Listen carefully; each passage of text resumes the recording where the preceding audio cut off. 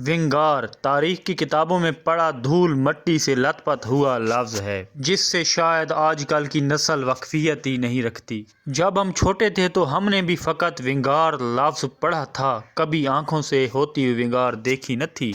आज दौर जदीद में एक विंगार अमलन नज़रों के सामने से गुजरी तो मैंने सोचा माजी का एक भूला बसरा किस्सा दोबारा उजागर किया जाए। ज़िला बखर, जो कि पाकिस्तानी पंजाब का पसमानदा तरीन ज़िला है, कि एक छोटे से गांव नलका मेर खानवाला में माजी की एक पुरानी झलक देखी गई। आजकल की जदीद नस्ल को विंगार का तारफ़ भी करा देते हैं कि ये दरअसल चीज़ क्या होती है। किसी काम को करने के लिए आजकल लेबर को बुलाया जाता है और एक माकूल मुआवजा तय होता है, जबकि विंगार में आने वाली लेबर मुआवजा नहीं लेती, बस बतौर दोस्ती बिरादरी काम करके चली जाती है। विंगार पे लाजिम नहीं कि सभी बतौर लेबर काम करें, कुछ लोग हल्ला शीरी यानी फ़कत हिम्मत बढ़ाने के लिए भी तशरीफ़ ले आते हैं। मेरे ज़ाती तज़िये के मुताबिक आजकल के दौर में एक कामयाब विंगार किसी अजूबे से कम नहीं। दुनिया में 7 या 8 अजूबे हैं तो 9वां अजूबा ये भी होना चाहिए। ये विंगार मकानों की छत करने के लिए की गई थी, जिस पे बिरादरी के बहुत ज़्यादा लोग शामिल थे। और मैं आपको बताता चलूँ कि ये काम बहुत मुश्किल का काम होता है, जिसे सर अंजाम देना इतना आसान नहीं होता। बिरादरी के कुछ बड़े लोग भी इनवाइट होते हैं, जो कि सबको इकट्ठा किए रखते हैं और काम का कहते रहते हैं। मैंने जब बगौर जायज़ा लिया तो सब विंगारू यानी कि विंगार पे आने वालों को विंगारू कहते हैं। विंगारुओं ने एक तरतीब से काम संभाला हुआ था और बड़ी आसानी और तेज़ी से काम कर रहे थे। मैंने ये समझा है कि पहले ये कोई मुआवजे पे काम कर रहे हैं, लेकिन मैं जब नज़दीक गया हूँ और बखूबी उनकी खबर ली है तो मुझे ये मालूम हुआ है कि ये विंगारू हैं। एक विंगार पे टिकटॉकर हमारा आया हुआ था, जिसे बहुत ज़्यादा शौक है आजकल टिकटॉक बनाने का, और उसकी वायरल भी हो रही हैं रूफ़ी छिद्रू खैल। विंगार के मुतल्लिक आजकल सरेकी का एक जुमला बहुत ज़्यादा बोला जाता है, जो कि लेबर वाले आपस में डिस्कस करते हैं। यानी कि जो लेबर वाला काम थोड़ा कर रहा हो तो उसे दूसरे लेबर वाले कहते हैं, यार आप कोई विंगार पे आए हुए हैं, यानी कि तू इत्थे कोई विंगार ते आया हुआ है। अब थोड़ा सा नाजरीन से अपना तारुफ भी हो जाए। नाजरीन, मैं हूँ हसन न्याजी, आप देख रहे हैं मेरा फेसबुक पेज और यूट्यूब चैनल। अगर हमारे चैनल पे नए हैं आप तो हमें सब्सक्राइब कर लीजिए, हमारे फेसबुक पेज पे नए हैं तो हमें फॉलो कर लीजिए, और टिकटॉक पे भी नए हैं तो फॉलो कर लीजिए। अब कमेंट सेक्शन में थोड़ा सा अपना तारुफ भी करवा दीजिए कि आप हमारी ये वीडियो कहाँ से देख रहे हैं और क्या आप विंगार के अमल से पहले वाकिफ़ थे। अगर वाकिफ़ थे तो आपने किस चीज़ की विंगार अपनी आंखों से देखी हुई है। अब चलते हैं मुकम्मल विंगार की जानिब।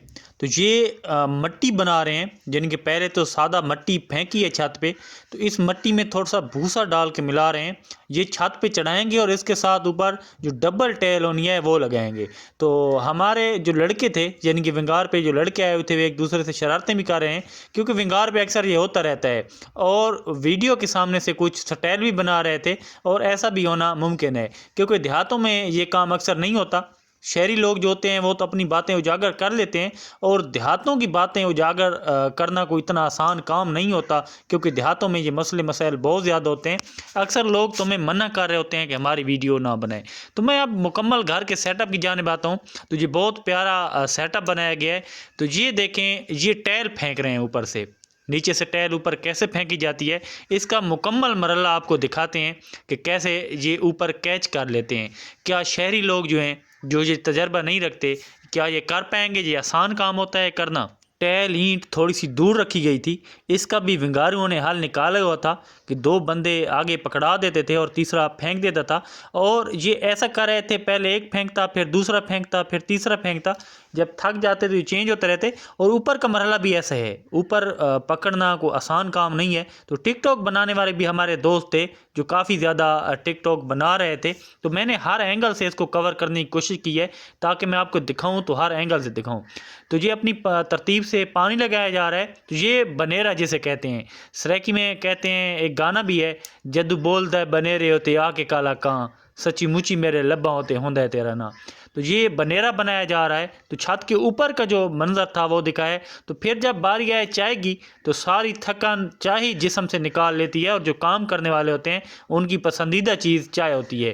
तो ये सामने एक बंदा बैठा है, तो इसकी टांगें देखें, आप सोच रहे होंगे किधर से आ गया है, लेकिन ये जो मट्टी बनाता रहा है, मट्टी के अंदर रहा है, तो इसकी टांगें ऐसी हो गई हैं, वगरना इसकी टांगें ऐसी नहीं थी।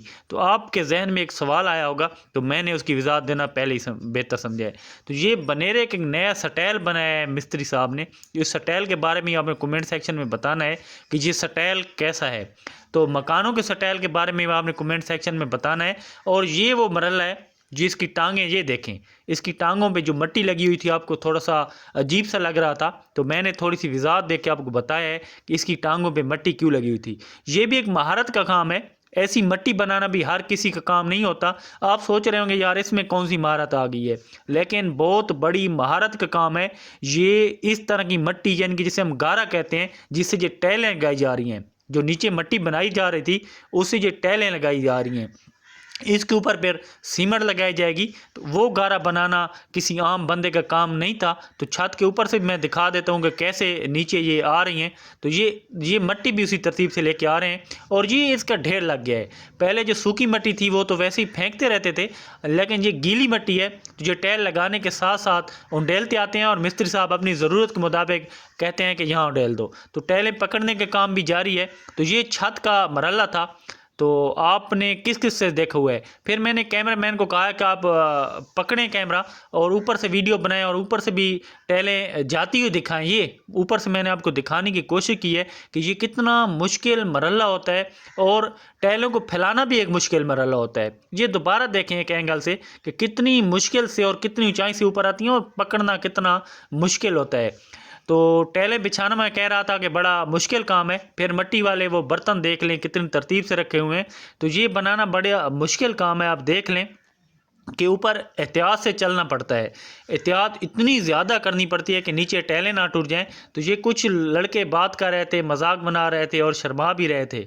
छत पे मुझे एक मसला हो रहा था जो कि मैं आपसे डिस्कस करना चाहूँगा, और आपकी राय भी तलब करूँगा, और आपसे पूछूँगा भी सही कि आपको भी ऐसा होता है। छत पे जब मैं खड़ा था तो मुझे थोड़े से चक्कर आ रहे थे, और मैं यूं लग रहा था कि जैसे कहीं मैं नीचे ना गिर जाऊं, और मेरी टांगें थोड़ी थोड़ी कांप रही थी। अजीब सा महसूस हो रहा था। हालांकि हाइट इतनी ज़्यादा नहीं थी, 13-14 फुट हाइट होगी, और जो लोग काम कर रहे थे मेरे ख्याल से उनको ऐसा कुछ महसूस नहीं हो रहा था। मैंने उनसे वहाँ पे पूछा नहीं है, शायद मैं थोड़ा सा शर्मा गया हूँ कि ये क्या सोचेंगे। तो मेरे ख्याल से ऊंचाई पे भी रहना एक तजर्बे का काम होता है, और ऊंचाई पे तजर्बे वाले लोग ही रह सकते हैं। तो मिस्त्री साहब ये टाइलें अपनी तरतीब से लगा रहे थे, तोड़ रहे थे, और मिस्त्री साहब को हाथ में टाइलें देना पड़ती थी, और जो विंगारू थे, लोग थे, उसे चीज़ें उठा के दे भी रहे थे। और मिस्त्री बड़े काबिल लग रहे थे, क्योंकि एंड पे मैं आपको दिखाऊंगा कि ये सारा जो सेन है, यानी कि छत का एक तरतीब से बनाया गया, और ये पानी एक तरतीब से निकलेगा। मैंने बड़ा नोट किया है। और इनके पास जो वाटर लेवल था वो मैं देखता रहा हूँ, इन्होंने वाटर लेवल की है, उसकी मैं वीडियो नहीं बना सका, लेकिन एक बहुत बड़ी तरतीब थी, और उस तरतीब से वो बना रहे थे। और जो जहाँ पे परनाला होगा, जिसे हम परनाला कहते हैं, जहाँ से पानी निकलेगा, वो जगह तकरीबन इस कोने से वो कोना 8 इंच नीचे था।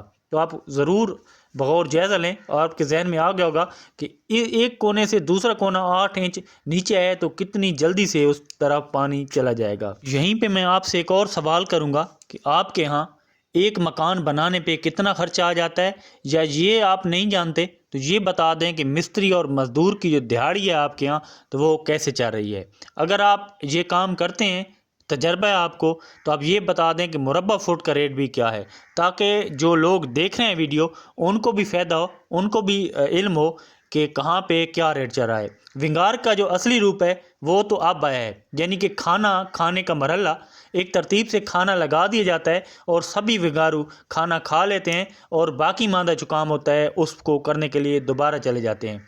तो हमने वीडियोग्राफर के तौर पे हमने भी खाना नोश किया, हालांकि काम तो हमने नहीं किया था।